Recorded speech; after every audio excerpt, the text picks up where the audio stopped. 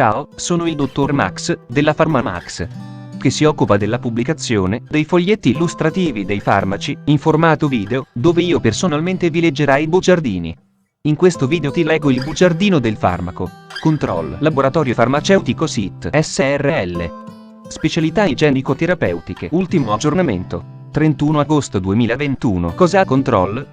Confezioni, informazioni commerciali sulla prescrizione, indicazioni, posologia, controindicazioni, avvertenze speciali e precauzioni di impiego, interazioni con altri medicinali e altre forme di interazione, assumere Control durante la gravidanza e l'allattamento, effetti sulla capacità di guidare veicoli e sull'uso di macchinari, effetti indesiderati, sovradosaggio, proprietà farmacodinamiche, proprietà farmacocinetiche, dati preclinici di sicurezza, elenco degli eccipienti, farmaci equivalenti, farmaci esteri. Cos'ha Control? Control ha un farmaco a base del principio attivo lorazepam, appartenente alla categoria degli ansiolitici benzodiazepinici e nello specifico derivati benzodiazepinici. È commercializzato in Italia dall'azienda Laboratorio Farmaceutico SIT, SRL. Specialità igienico-terapeutiche. Control può essere prescritto con ricetta RR, medicinali soggetti a prescrizione medica.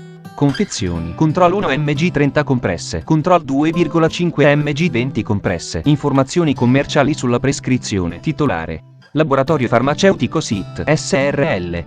Specialità igienico-terapeutiche. Ricetta: RR, medicinali soggetti a prescrizione medica. Classe C. Principio attivo: lorazepam. Gruppo terapeutico: ansiolitici benzodiazepinici. Forma farmaceutica: compressa. Indicazioni: ansia, tensione ed altre manifestazioni somatiche o psichiatriche associate con sindrome ansiosa. Insonnia.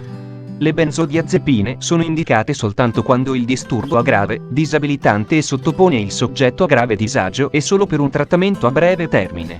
Posologia: Control somministrato per via orale. Per avere risultati ottimali la dose, la frequenza di somministrazione e la durata della terapia devono essere adattate individualmente secondo la risposta del paziente. La dose minima efficace deve essere prescritta per il più breve tempo possibile.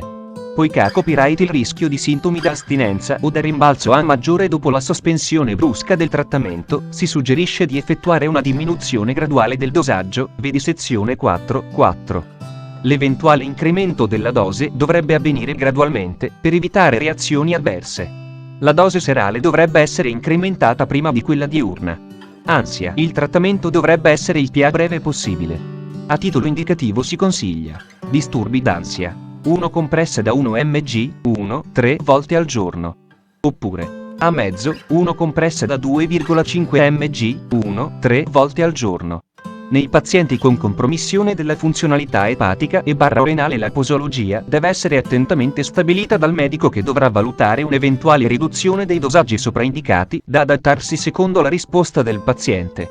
Il paziente dovrebbe essere rivalutato regolarmente e la necessità di un trattamento continuato dovrebbe essere valutata attentamente, particolarmente se il paziente ha senza sintomi. La durata complessiva del trattamento, generalmente, non dovrebbe superare le 8-12 settimane, compreso un periodo di sospensione graduale. In determinati casi può essere necessaria l'estensione oltre il periodo massimo di trattamento. In tal caso, ciò non dovrebbe avvenire senza rivalutazione della condizione del paziente. Insonnia: il trattamento dovrebbe essere il più breve possibile. A titolo indicativo si consiglia: insonnia, da 1 a 2,5 mg alla sera, prima di coricarsi. Nel trattamento di pazienti anziani o debilitati la posologia deve essere attentamente stabilita dal medico, che dovrà valutare una eventuale riduzione dei dosaggi sopraindicati. I pazienti con compromissione della funzionalità epatica e renale devono assumere una dose ridotta. Il trattamento deve essere iniziato con la dose più bassa indicata. Non si deve superare la dose massima. La durata del trattamento, generalmente, varia da pochi giorni a 2 settimane, fino ad un massimo di 4 settimane, compreso un periodo di sospensione graduale. In determinati casi, può essere necessaria l'estensione oltre il periodo massimo di trattamento. In caso affermativo, ciò non dovrebbe avvenire senza rivalutazione della condizione del paziente. Il trattamento dovrebbe essere iniziato con la dose consigliata più bassa. La dose massima non dovrebbe essere superata. Le dosi giornaliere e la durata del trattamento devono essere stabilite a giudizio del medico. Pazienti anziani e debilitati. Nel trattamento di pazienti anziani o debilitati la posologia deve essere attentamente stabilita dal medico, che dovrà valutare un'eventuale riduzione dei dosaggi sopraindicati da adattarsi secondo le necessità e la tollerabilità. Vedere il paragrafo 4 EUROS avvertenze speciali e precauzioni di impiego a EUROS. Modo di somministrazione. Control può essere somministrato in qualsiasi momento indipendentemente dall'assunzione dei pasti. Controindicazioni. Ipersensibilità al principio attivo o ad uno qualsiasi degli eccipienti elencati al paragrafo 6.1. Miastenia gravis. Ipersensibilità alle benzodiazepine. Grave insufficienza respiratoria. Sindrome d'apnea notturna. Grave insufficienza epatica. Glaucoma ad angolo stretto. Durante la gravidanza e l'allattamento. Avvertenze speciali e precauzioni di impiego. Lorazepam dovrebbe essere usato con cautela in pazienti con funzione respiratoria compromessa, ad esempio nei pazienti con PCO o sindrome delle apnee notturne. L'uso di benzodiazepine, incluso control, può portare, vedi la scheda tecnica del farmaco, RCP, completa. Accedi al sito www.codifa.it. Interazioni con altri medicinali e altre forme di interazione. L'associazione con altri psicofarmaci richiede particolare attenzione e vigilanza da parte del medico per evitare inattesi effetti indesiderabili da interazione. L'assunzione concomitante con alcol deve essere evitata poiché ha copyright l'effetto sedativo, vedi la scheda tecnica del farmaco, RCP, completa. Accedi al sito www.codifa.it. Interazioni riportate su letteratura scientifica internazionale. Prima di prendere control insieme ad altri farmaci come Euros Neomedil, soluzione a euro, Euros Neoxynalalcolico a euro, eccetera.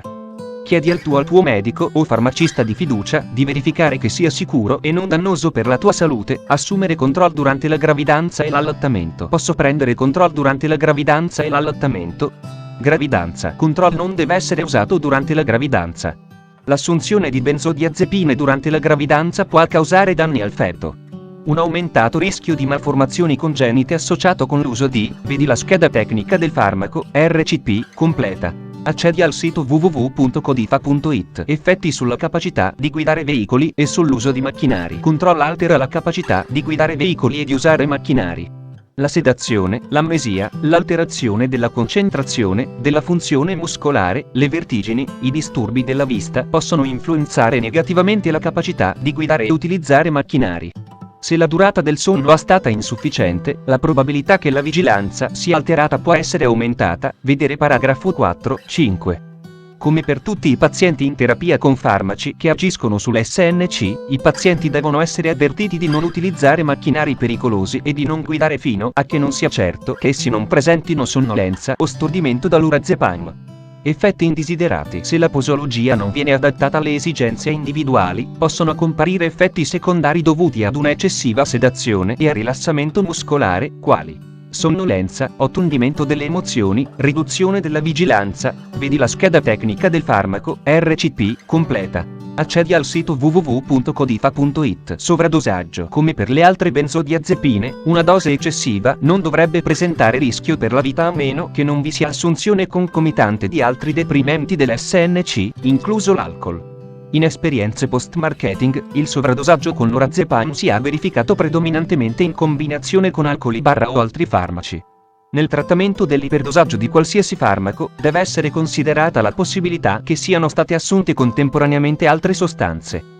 A seguito di una dose eccessiva di benzodiazepine per uso orale, dovrebbe essere indotto il vomito, entro 1 ora, se il paziente ha cosciente o intrapreso il lavaggio gastrico con protezione delle vie respiratorie, se il paziente ha privo di conoscenza o in pazienti che presentano sintomi. Tali operazioni dovrebbero essere seguite dalle pratiche rianimative generali, dal monitoraggio dei segni vitali e dalla stretta osservazione del paziente. Qualora ci sia il rischio di aspirazione, l'induzione del vomito è sconsigliata. Se non si osserva miglioramento con lo svuotamento dello stomaco, dovrebbe essere somministrato carbone attivo per ridurre l'assorbimento. Attenzione speciale dovrebbe essere prestata alle funzioni respiratorie e cardiovascolari nella terapia d'urgenza.